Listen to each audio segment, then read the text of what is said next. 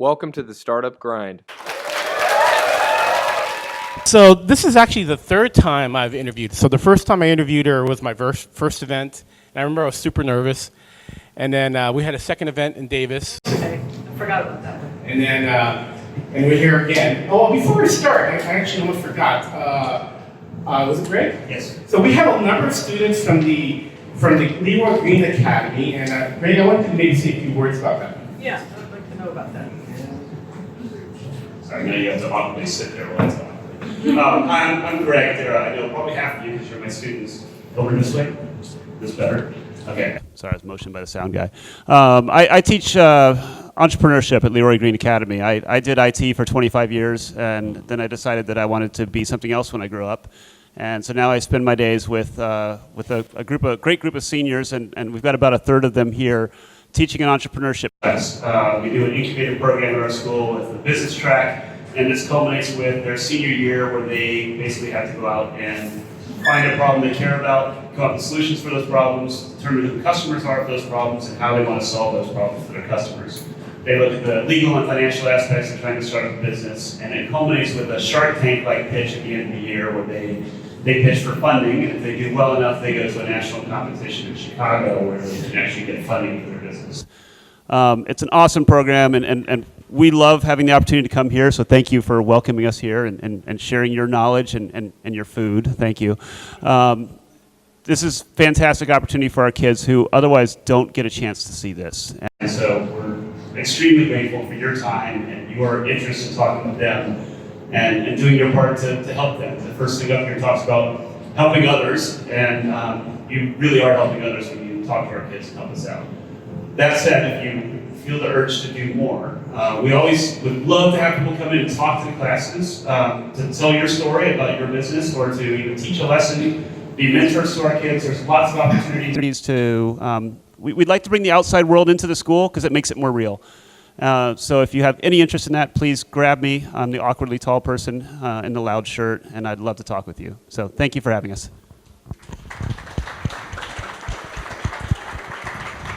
I had a chance to actually present a couple times at the Leroy Green Academy, and I'd say when I was there, I would have sworn I was in an accelerator in Silicon Valley, in your library area. I was like, wow, that's pretty amazing.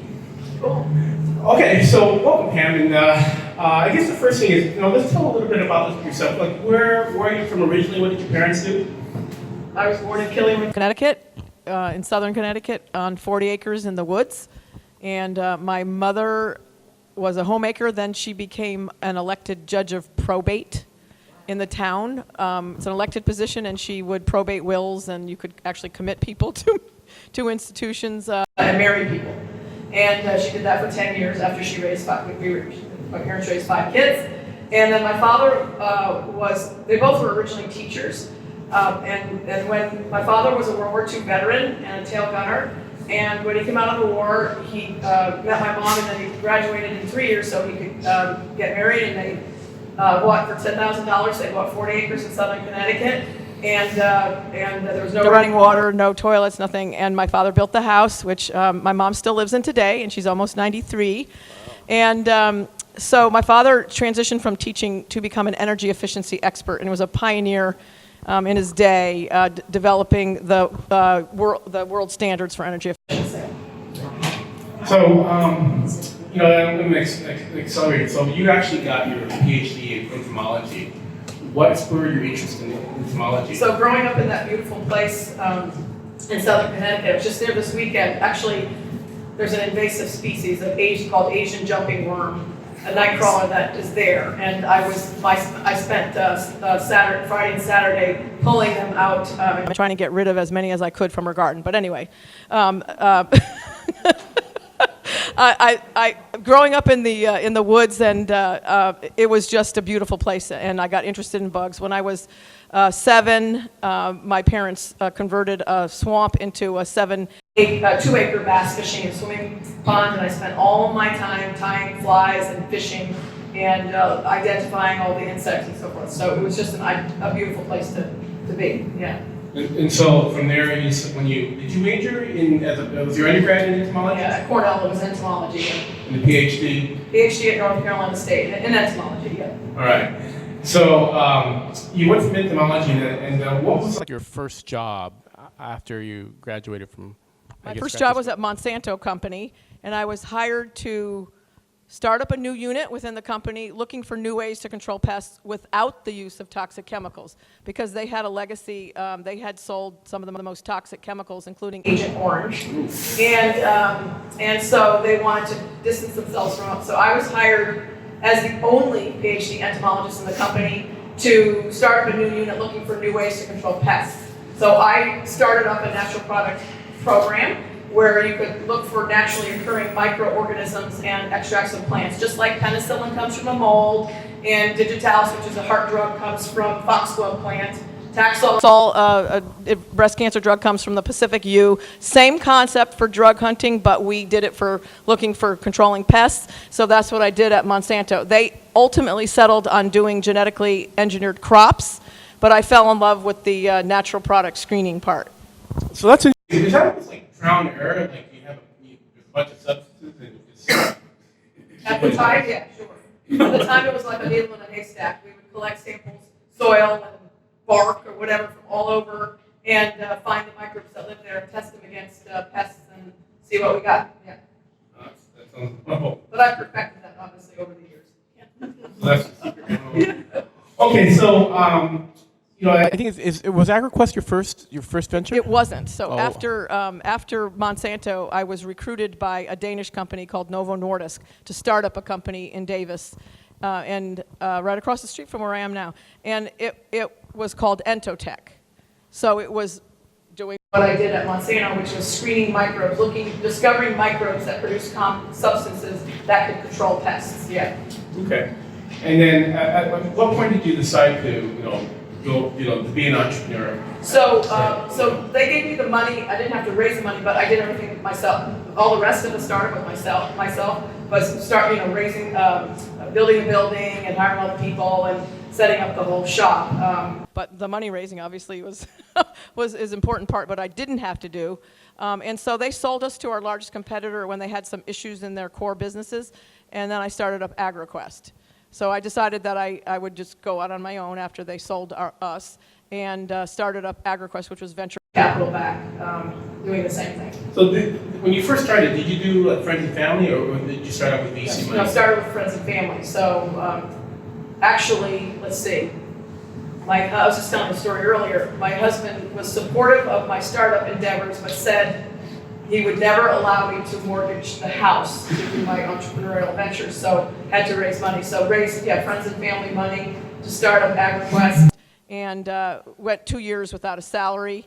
Now my husband is a social worker, so he doesn't make a lot of money. So that we had to be very wise in our spending, and we had saved up money to be able to do this. Yeah.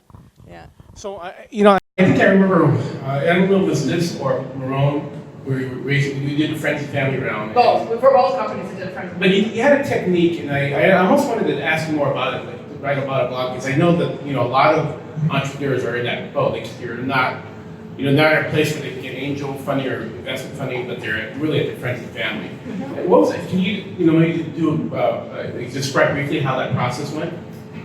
So the laws have changed now, so it's much easier, but the barriers back then were that, each state was different, so you have a certain number of what are called non-qualified investors you're allowed. So those are anyone who has less than $200,000 in income and less than $1 million net worth. So I think California, it was like you could go up to like 30 or something.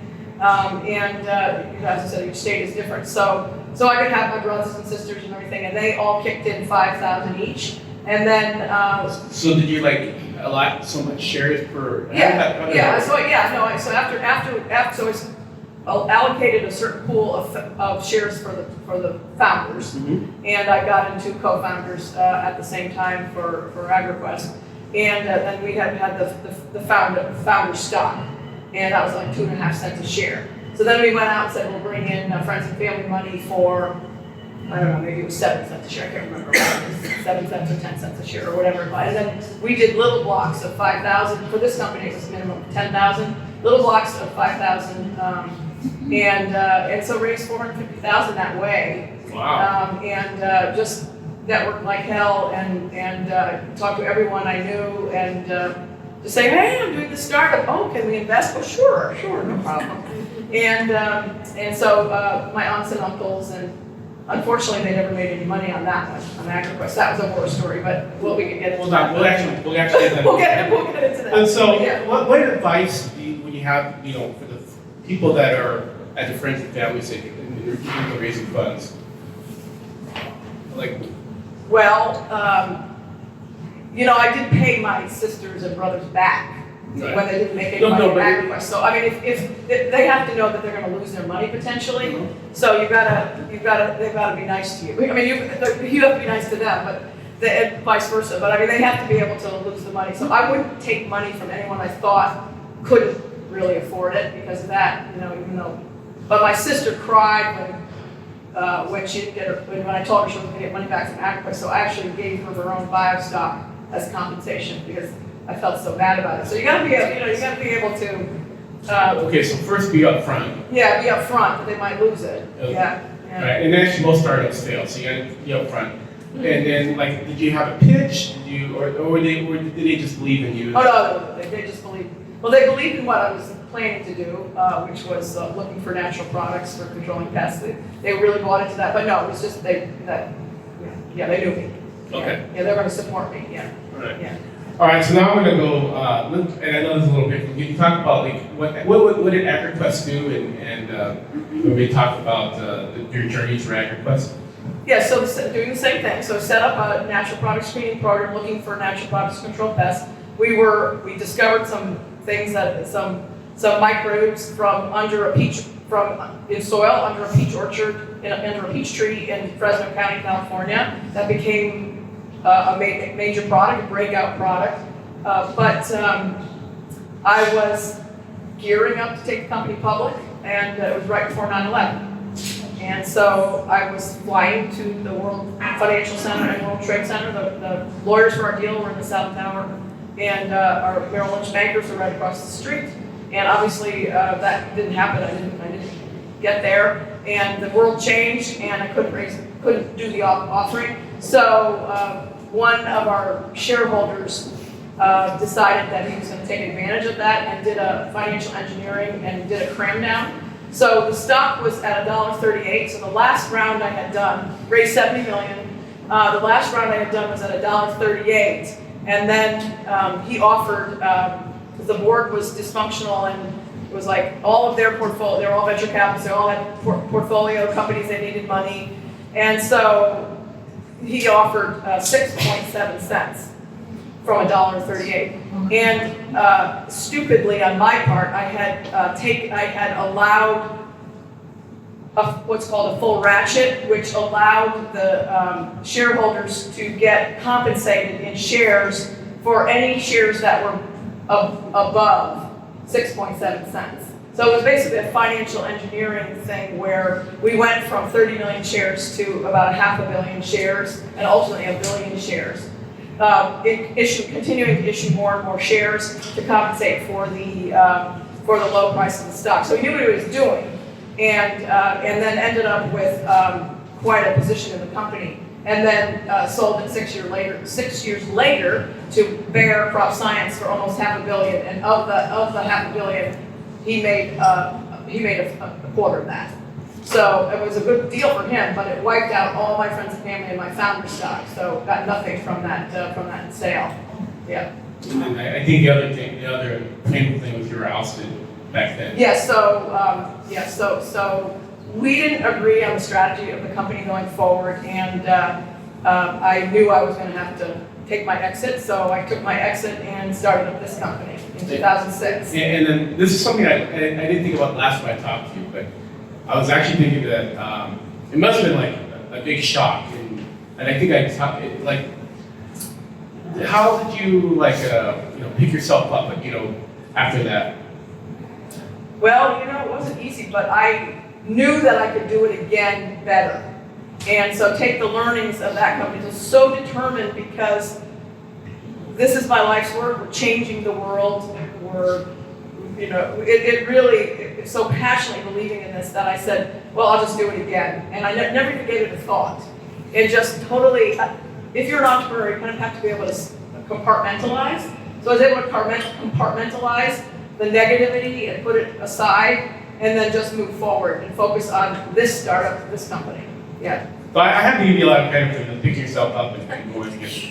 My husband is a therapist. Because I actually, as an entrepreneur myself, I had to do that. So to be able to pick yourself up from that and then take a company public. Yeah. So actually, as I recall from the Marrone Bio Innovations, there was an interesting name for that, and I remember a reason that you came up, and it was something more about your father. Yes. So when I was coming up with the name of the company, everyone I knew said, "Well, you've already done this. Everybody knows you because of AgriQuest, and you're becoming well known in this industry. Why don't you put your name in the name?" So all my friends and family said, "Put your name in the name." And my father was dying of pulmonary fibrosis the week I was starting the company, and so I said, well, it would be fitting that I would name the company after Marrone, and in Italian Marrone, and it means chestnuts in Italian, and it's really funny because the logo is two chestnuts, but you really don't recognize it unless you're from Europe. They recognize it right away because in almost every country in the fall in Europe, there's Marrone huts where they have roasted Marrones, but can I say something like off color? Go ahead. They're seniors. So, do you know what the chestnuts look like? Yeah. So it's like, well, maybe it's sort of an inside joke that this means you have alls. Yeah. Right? Okay. Cojones. Yeah. Okay. But I never told you that now, right? Yeah.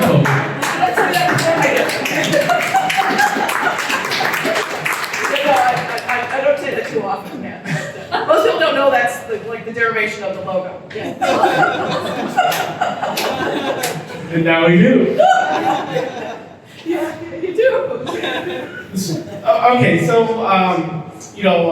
the second time around, what did when you decided to start Marrone Bio Innovations or MBI? Like what did you decide? What did you do? I mean, obviously, what did you want to do the same, or what did you decide to do different?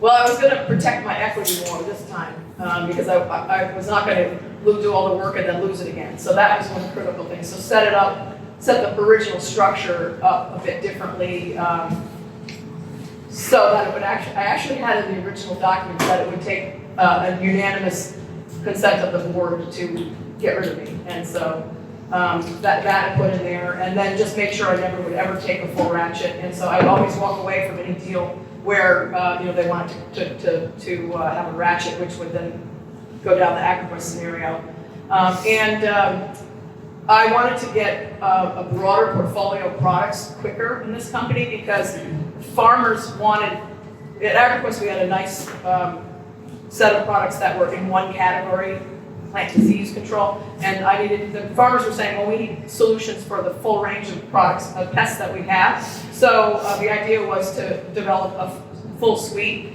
faster, and we did that. So we've been able to get more products to the market than anyone has ever done. And so now we're in high growth mode, and so we're able to really move through the discovery process much faster by licensing in technology from others while we were also doing our own discovery. At AgriQuest, it was just through our own discovery. All right, so you mentioned that your first project was found under like it was a peach orchard in Fresno County. Yeah. How does do you just have people running around looking through the dirt? Or? We do have people running around through the dirt, but as time's gone on, I've discovered, my groups have discovered several 100,000 microbes. So you get patterns in nature. So interestingly, dry creek beds are really good places to find things that control mildews. And whereas rotting logs or under a pine tree are good places to look for something that kills bugs. So over time we find out that truly areas of high biodiversity like the rainforest are truly a lot better to find these types of things. So as we lose our biodiversity and the Brazilian rainforest burns, I cry, because that's where these new drugs and these new products are there. And so we have a product in development that was from the bark of a cinnamon tree, originally this bacteria, fungus, from the bark of a cinnamon tree in the rainforest in Honduras. And we have another one that came from a garden near a Buddhist temple in Japan. So it's very interesting where we find some of these things. But do you literally send people to the rainforest or we the do. gardens? We do. And- I've done a lot of collections myself, but we do have We have in the past had employees collect all over. Yeah, we have permits for that. Yeah, the government issues you permits to do worldwide collecting. Yeah. Okay. Yeah. This is just No, you can't. After 9/11, you can't just throw. I used to be able to do that, but you can't just throw a sample in your luggage anymore. You have to have proper documentation and permits and all that. Yeah. So you find more stuff domestically or more stuff internationally? You know, it depends. Internationally, it really is like the rainforest. We'll find that really is the best spot. But in the U.S., there's a lot of in California.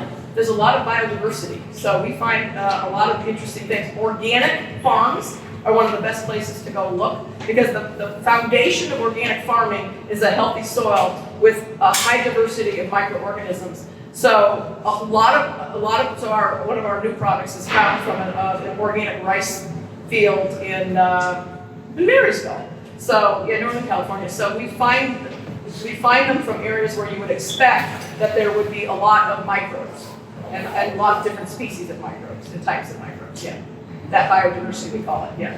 Sounds like it could be kind of fun too. Searching for dirt.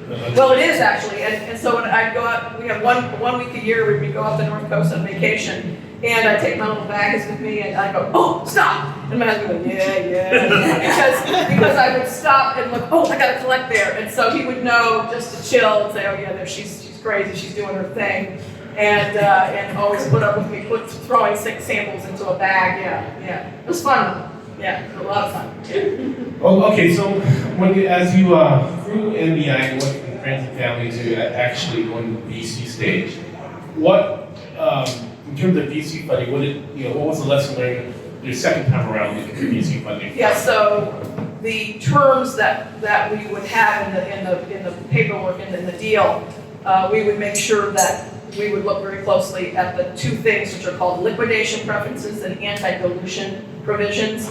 And so both of those tripped me up at AgriQuest. So it's that if the company is sold, if you have a multiple liquidation preference, so that means if the company's sold, the investors usually get one time their money out. Okay, AgriQuest, the guy who took over the company had negotiated at 2.5 times. So when the company was sold to Bayer, he got 2.5 times his money out, but the founders didn't have those, and the early friends and family didn't have those rights. So therefore, we wouldn't have gotten that. So you have all these folks getting 2.5 times out, and then there's nothing left. So I had one of the biggest venture capital company groups in Silicon Valley, big name, offer me $40 million with a 4x liquidation preference, which means they would get 4 times their money out.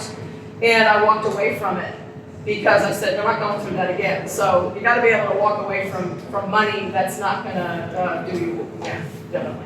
Yeah. Was it easier to raise money the second time around because you created a name for yourself? It was much easier, this company, and so it was a really fast startup. So we started up at the end of June in 2006, incorporated at the end of June, recruited Julie Morris, who was a refugee from HP and Agilent, and she was my first CFO, and then Rich Rominger, who was the former Deputy Secretary of Agriculture and a farmer, and also Dick Dorff, who was a professor of management at the UC Davis Graduate School of Management, and they and myself put in the founding money to incorporate the company in the end of June. And then we did a little round of angels and friends and family and said, okay, minimum 10,000, and if you come in by the end of, I think it was the end of July, you'll get a 15% disc. It's a convertible note, so it convert into the first round when we raise the first round of equity. So then you would get a discount of 15% and 8% interest which would convert into shares if they came in fast. So we raised, oh gosh, maybe 500, 600,000 or more that way. And then the deadline expired, and then raised another $500,000, and then just shortly after that went into another like $3.5 million first VC round, in March of the following year, And I'm trying to remember you were a scientist, you have a PhD. Right. And I don't know if it was your first round or your second round. Was that a hindrance? Being Oh, even this time it was a hindrance. Oh, okay. So Julie Morris has an MBA from Harvard, and they would always look to her, but she's nothing about this business. She just came right out of HP. So but they would always look to her and ignore me because I had the technical degree. So I had to really fight to get that credibility. And even today, it was like, let's see, maybe about 3 months ago, the stock was pretty low, and a New York investor called me and said, Marrone, you're just a science project. I'm so tired of you. You're just a science project. When is this company stock going to take off? And then something snapped in me because I'm usually very polite, and I said, no, I'm not. And then I said, well, let me tell you something. I said, without the science, we would have no company and we'd have no industry. I said, what I did with the science behind our products was legitimize this whole category so that farmers can believe in the products and they perform. And then I was like, my voice was raised, and then he says, okay. He hangs up the phone and then called me back like 10 minutes later. I just bought another 100,000 shares. Okay, but I don't usually do that. But I'm very sensitive and touchy about that. Well, I would say you take the company public. Very touchy about that. Oh, okay, so the first time we talked was you were really the toast of town. That I think you were Woman of the Year, Executive of the Year. Exactly, yeah. And I was really surprised. And then, what do you call it? It happened. It happened, yeah. So we call it the H-bomb? The H-bomb. So let's talk about the H-bomb. I think it's important because it's another thing you survived and have flourished since then. What did I hear?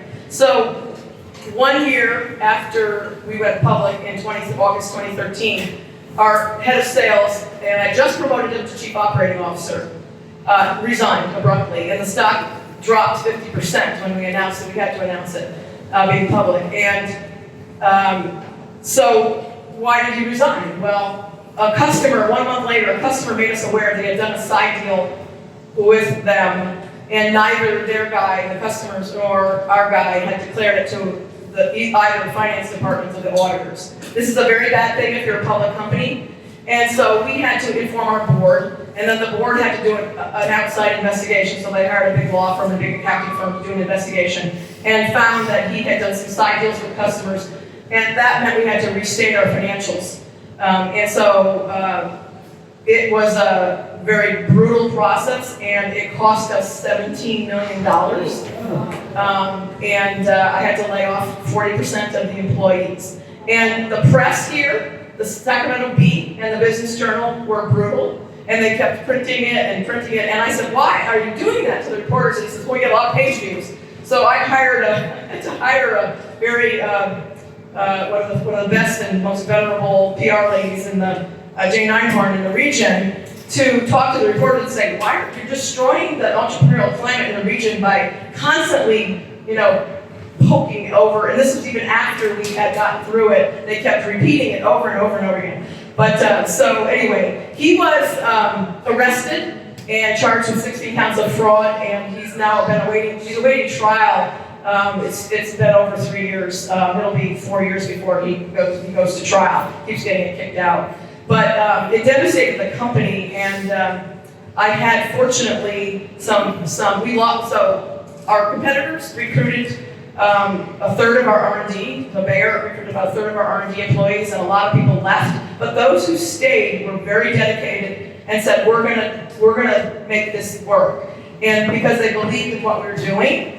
And we restructured the company, and we exited out all those who had shown themselves to be very unproductive and self-serving and at the time, and were not going to be useful going forward. So we restructured with those employees who truly believed in what we were doing and were going to fit the culture that we wanted to develop. And we then had a whole series of days with the remaining employees where we said, what do we want the values and the culture of the company to be? And we put those down on paper, and we now are everyone in the company is very vigilant about anyone that veers away from those values and the culture that we desire. And I found that one of the biggest lessons learned is that my job as founder and CEO is to ensure that that culture is a healthy culture and never drifts off that. And so I even, we'll have, maybe a scientist or a salesman or whatever, and they have their own agenda. And if they're very charismatic and they have a lot of followers or whatever, and they want to drift the culture to something that is not what we want, I'll say, I'm sorry, but I'm very, very strict about it. That's not how we do things, and either you buy into what we are and live these values, or you leave. And that's one of the biggest lessons that I learned from that whole episode. So do you think if you look at MBII, before the incident and now, you feel like maybe it was a good thing? No, it was terrible. It was not a good thing. Okay. It was a terrible thing because of the money and the time, and we lost 2 years of sales, and we had to,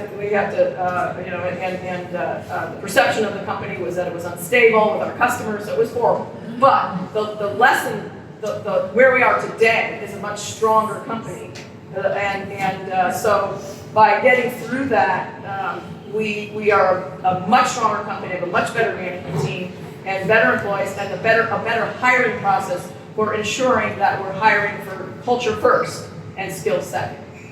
Yeah.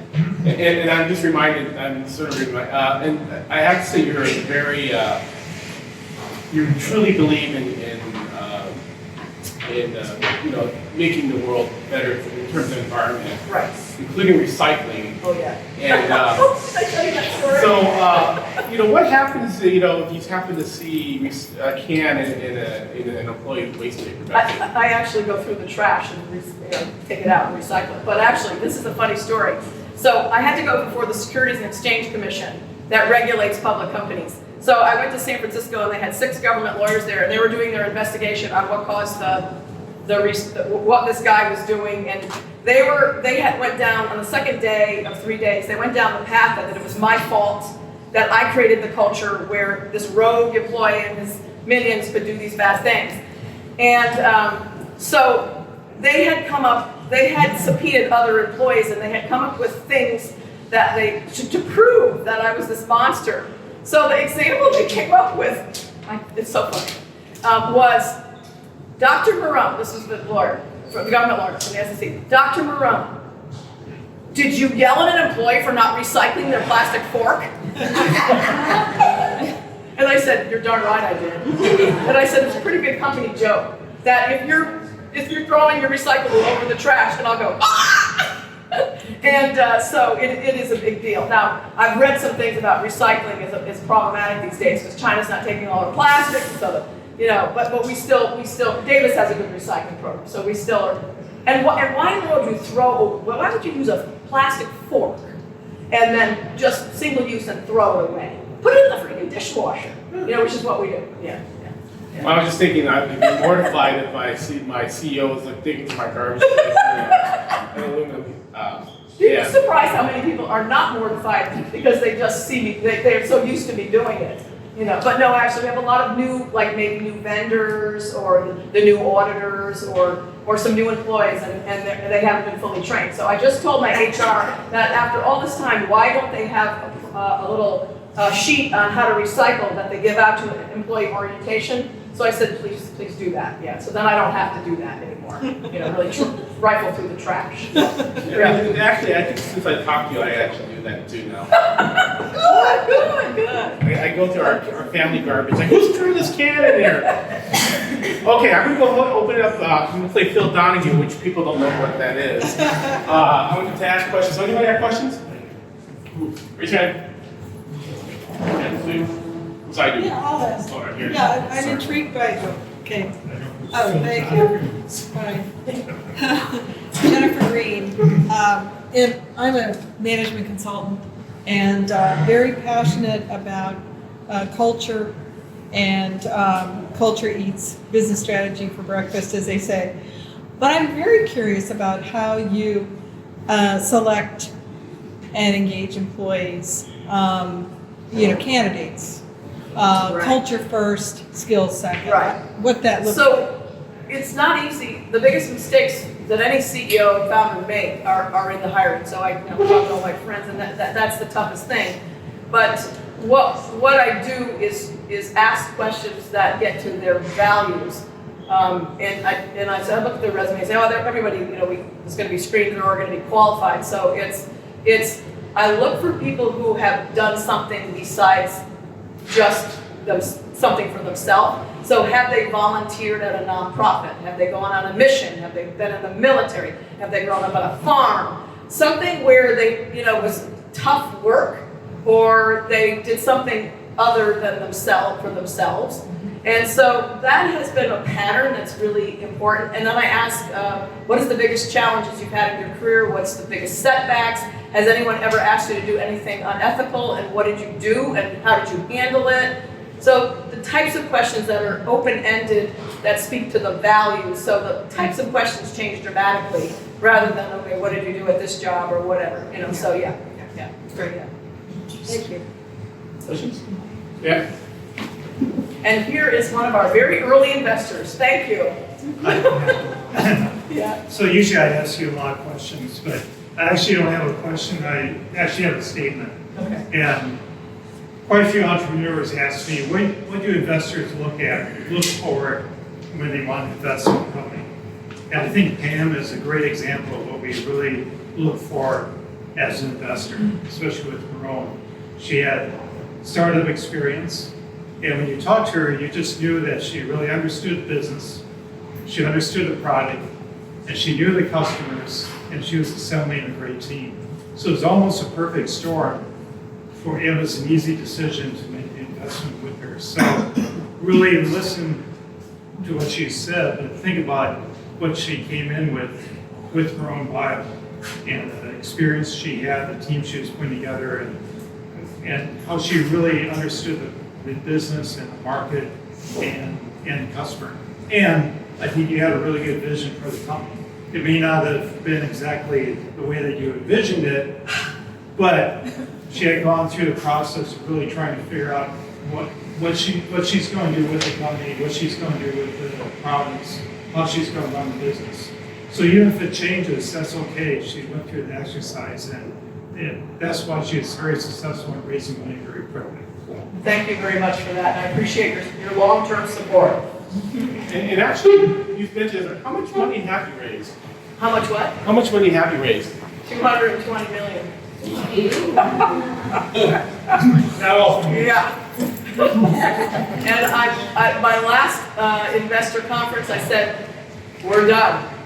We have all the money we need to get to break even, and I'm sure that Dan is really happy to hear that, right? Yes. Yeah. I've been waiting for a long time. Yeah, you've been waiting a long time for that.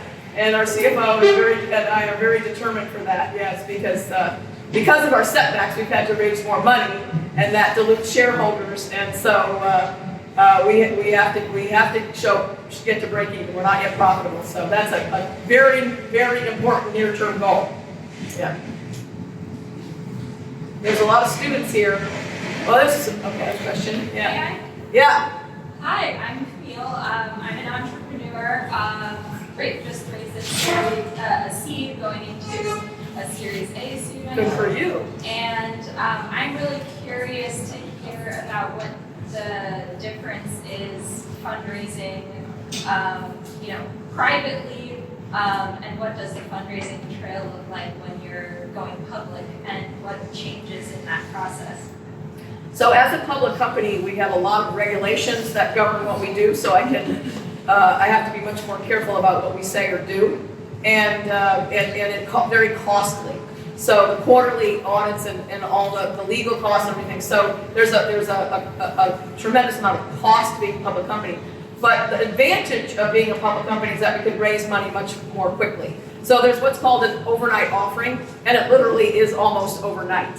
So I did 3 of those, and 3 of those. And so I went to New York, did a week of investor pitching, and then the next week closed on whatever, $20 million. So yeah, so raising money is much faster and easier than it being a public company. But there is an expectation of perfection. You cannot have one number out of place. So you have to have a lot more staff and rigorous processes in a public company. So it's much easier being a private company. But the status of being, we've created a new category. There's no other pure play company like ours, biologicals company like ours. It is easier to raise capital. We have good and bad under a microscope, higher attention. Everybody knows what we're doing, but that flushes out more partners more easily too. So there's positives and negatives. Yeah. Hi, I'm Kylie. I'm a senior, and I was wondering if your company does internships. We do have internships. We have probably 20 interns at any time. A lot of them. They work in marketing, finance, R&D, quality control, regulatory, sales. So across the full range of functions at the company. I'm more into like the actual biology. Biology. We have most of them are in our biology units, yes. So we have lots and lots of interns. They work during the year as well as during the summer, full-time during the summer. We're very flexible. So we have part-time interns, and we often structure whatever the student wants to do, how many hours they want to work, and both in the summer and during the school year, yeah. Pam. Yes. Scary. Hi. Hi. You know, as you know, well, I'm pretty new to the area, but as one of the leaders in this space, how has your company going public and what you've done in this space, how has it changed your ecosystem for Davis and the surrounding areas? Well, we were the first company in the Sacramento region to go public in 10 years when we went in 2013. So there's very few in this region. You heard all the bad things about going public because, as I said, the press were pretty brutal to us. But it's a good thing because when we went public,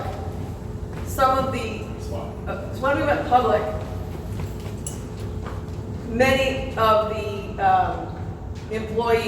some employees left and were able to ride the stock up and sell their shares at the high, as did some of the investors. So it did certainly create an ecosystem of employees who could go on and do it and start and found and do other things.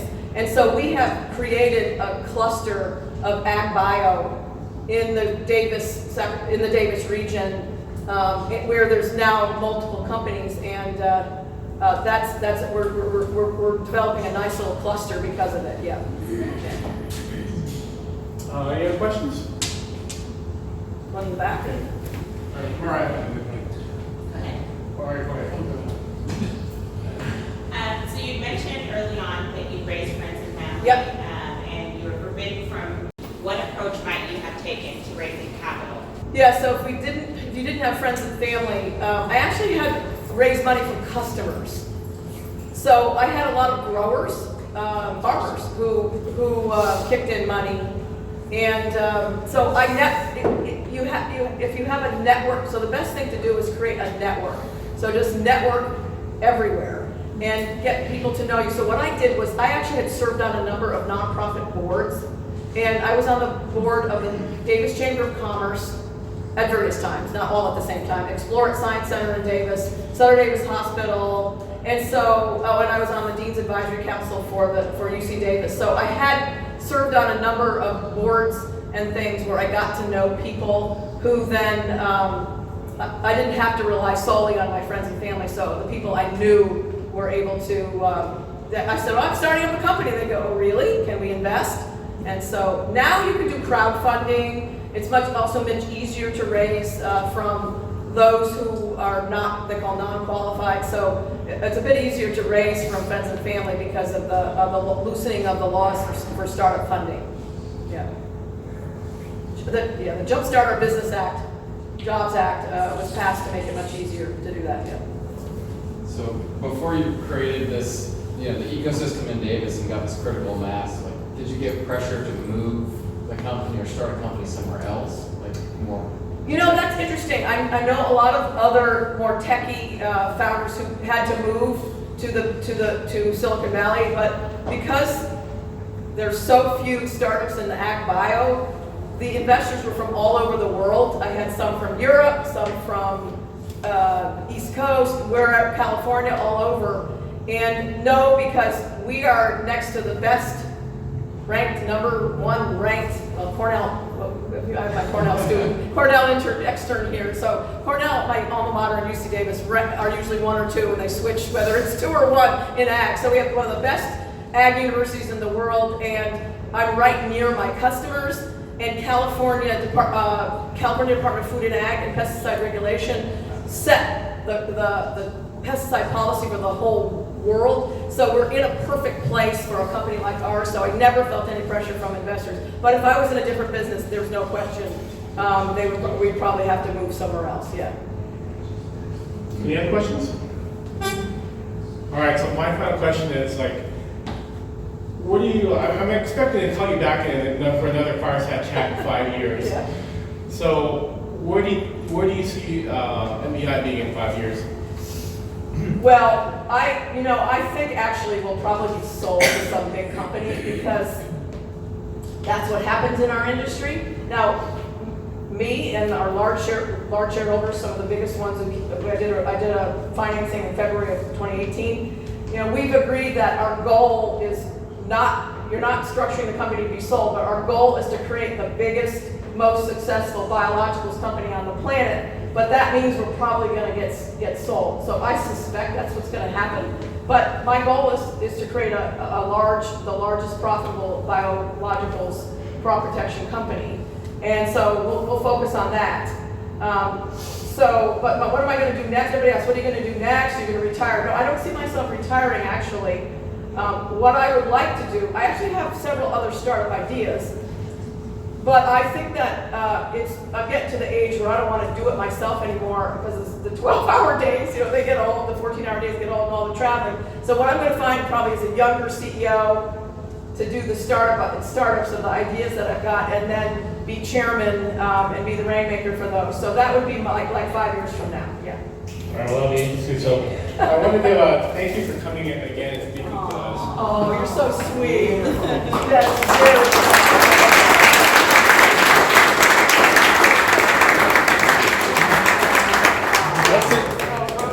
Listen again. Oh, that's beautiful. Lovely. That's really nice. Rich, I hope those are organic. They're actually plastic, so don't touch them too much.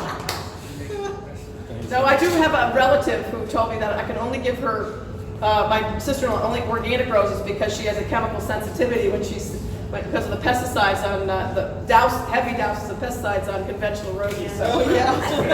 Now I'm looking like a pesticide. You'll never look at roses as the same again. Really? Wait, did you want to talk about Clean Start? Oh, yeah. Come on. Introduce yourself. Yeah, I'm about to close up. So. Okay. All right. This is Ingrid, everybody. Hey, everybody. Nice to see you. So I want to let you know about something that Clean Start is up to. Clean Start is the Northern California Accelerator for Clean Technologies, and we are based here in Sacramento.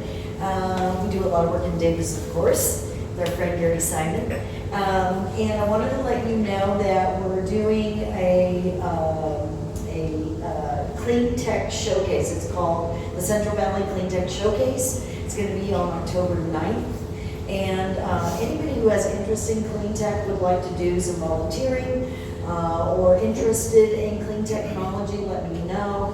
If you are a clean tech company or any interest at all, let me know. And that's going to be on October 9th, so I'll be here for a few minutes. Also, we've got a cool meetup coming up on 26th, and you know more about it than I do. Let's see. Oopsie. Do you remember? Clean Tech Meetup, bringing clean tech to disadvantaged communities. So it's kind of an interesting topic for anybody who is in the economic development space, and that's on the 26th. So thank you. This was terrific, Pam. Amazing, terrific story. Thank you. I'm going to be calling you. Thank you for coming. Let's see, so next month we are featuring, I'm going to slaughter his name, it's Sunny Mayuba, did I pronounce it right? He actually had a startup requested, and it actually got acquired by another startup, which actually went public. So we have another, we're going to have two founders in a row that actually went public. So it's the second, or maybe it's the third Tuesday, I think it's on the 15th of next month. So that's next month. And with that said, I'd like you to thank you for coming, supporting your community, and stay around, help each other out, and for your students, we need your help with the chair. So thank you.